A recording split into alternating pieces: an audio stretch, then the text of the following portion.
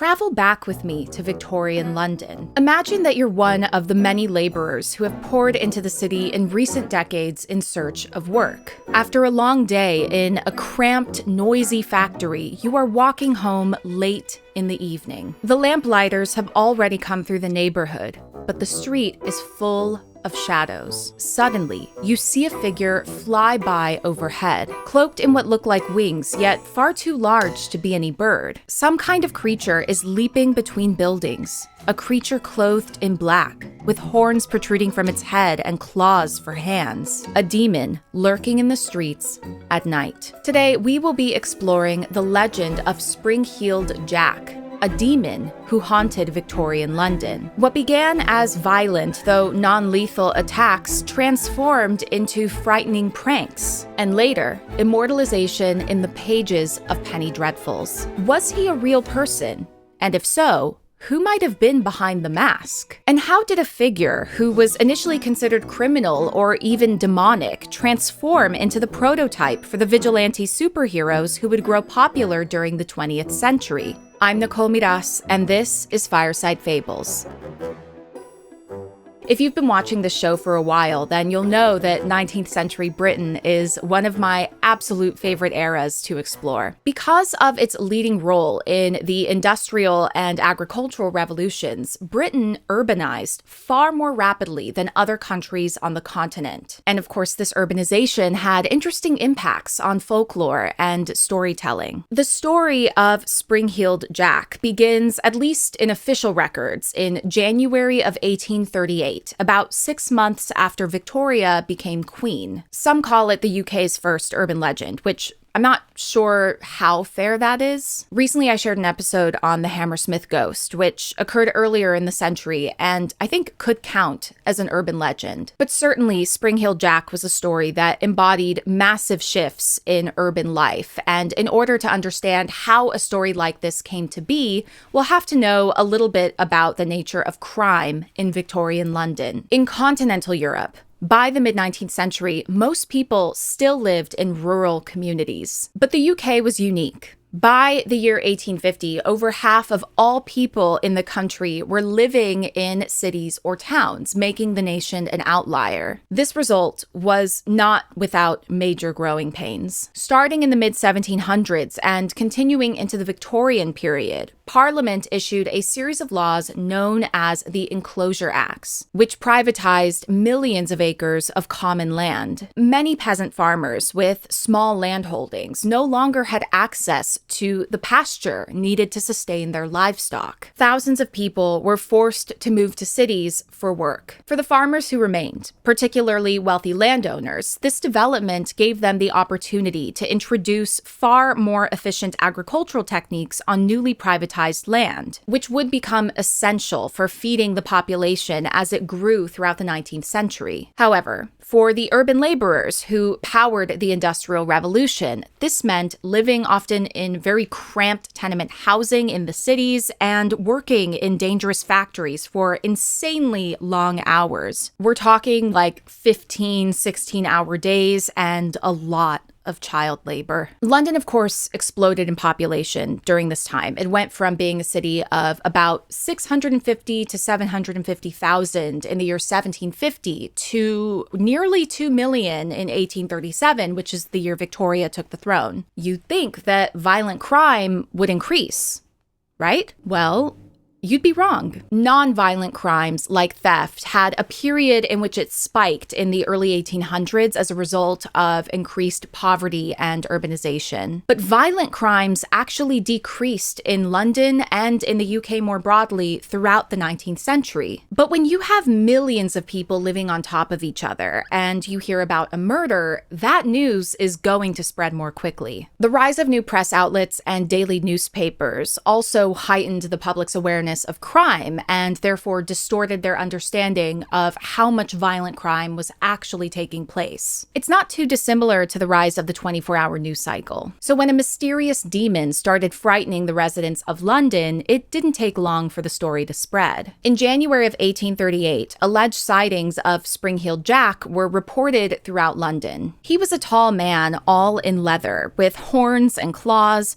an appearance that made him look like a demon, or like a Victorian Batman, which we'll get into later. On January 9th, in a public session, the Lord Mayor of London, Sir John Cowan, reported that he had received a letter about Spring-Heeled Jack from a resident of Pelham. It appears that some individuals of, as the writer believes, the highest ranks of life have laid a wager with a mischievous and foolhardy companion, that he durst not take upon himself the task of visiting many of the villages near London in 3 different disguises: a ghost, a bear, and a devil, and moreover that he will not enter a gentleman's gardens for the purpose of alarming the inmates of the house. The wager has, however, been accepted, and the unmanly villain has succeeded in depriving 7 ladies of their senses, 2 of whom are not likely to recover but to become burdens to their families. So here we have the initial conspiracy about Spring-Heeled Jack, that he's actually an aristocrat or some other highborn individual who accepted a challenge from his friends to scare the public, and that he chiefly targets women who are so frightened that they become mentally disabled by the experience. The writer goes on to say, the affair has now been going on for some time, and strange to say, the papers are still silent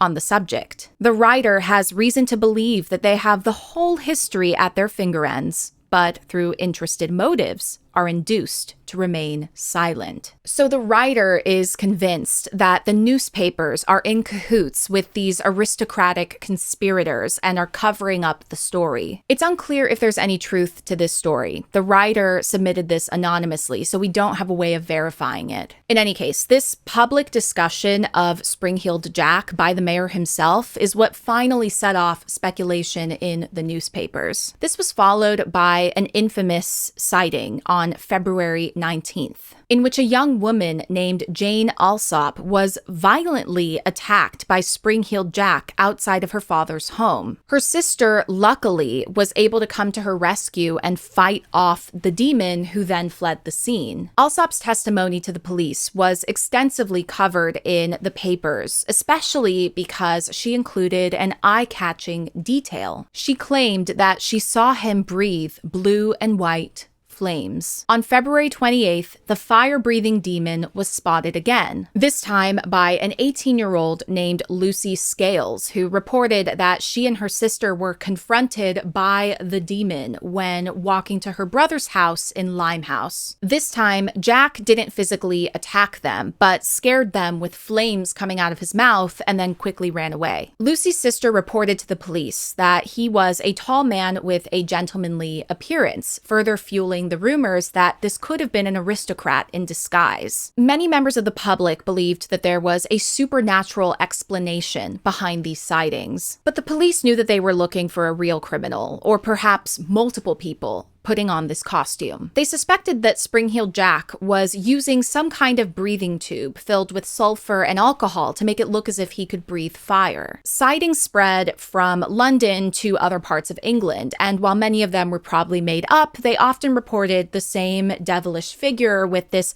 uncanny ability to leap between buildings. Reports were rarely of a violent nature. They were almost always in the realm of being a frightening prank. One exception was the alleged 1837 attack on Mary Stevens, a teenage girl who was walking to Lavender Hill when she was reportedly violently assaulted by Spring-Heeled Jack. I say alleged because this story emerged many years after the fact and was never verified. It's unclear if there even was a Mary Stevens, or if this was just part of the growing pool of folklore surrounding this enigmatic figure. While sightings declined by the 19th century, Spring-Heeled Jack Jack remained a favorite boogeyman. And thanks to his immortalization in Penny Dreadfuls, he became something of an anti-hero. Penny Dreadfuls were mass-market, sensational stories that could be purchased for the price of a penny. They usually included tales of murder, scandal, or supernatural horror. Think Varney the Vampire as a classic example. Spring-Heeled Jack eventually became a favorite character. He was usually depicted as an aristocratic gentleman who became frustrated with police corruption and decided to take the enforcement of the law into his own hands. So he donned a mask and a cape and used his supernatural abilities to fight criminals. This vigilante justice, dispensed by a masked hero, would develop from the 19th century Penny Dreadful into the comic books of the 20th century. While it hasn't been confirmed whether or not Spring-Heeled Jack inspired Batman, the similarities are obvious. And not just in their appearance. Both Jack and Batman come from wealthy backgrounds, and they use their abilities to fight criminals in the face of a corrupt establishment. Which brings us to the final point. Was Spring-Heeled Jack ever unmasked? Well, it's likely that there were many Spring-Heeled Jacks, many impersonators and pranksters who were scaring innocent people. In some instances, these copycats were apprehended and arrested, but there was never an original Spring-Heeled Jack captured by the police. By the turn of the century, reports essentially ended. The enduring legacy of this urban legend can really be seen in the makeover that the character receives in Penny Dreadfuls. This vigilante treatment served as an important precursor to the comic book characters who would become popular during the 20th century. So in that sense, you could say that Spring-Heeled Jack continues to haunt us to this day. Thank you so much for watching. If you enjoyed this video, please make sure to subscribe so that you never miss a future episode. And if you really enjoyed it, maybe even share it with a friend or two. Be well, and I'll see you next time.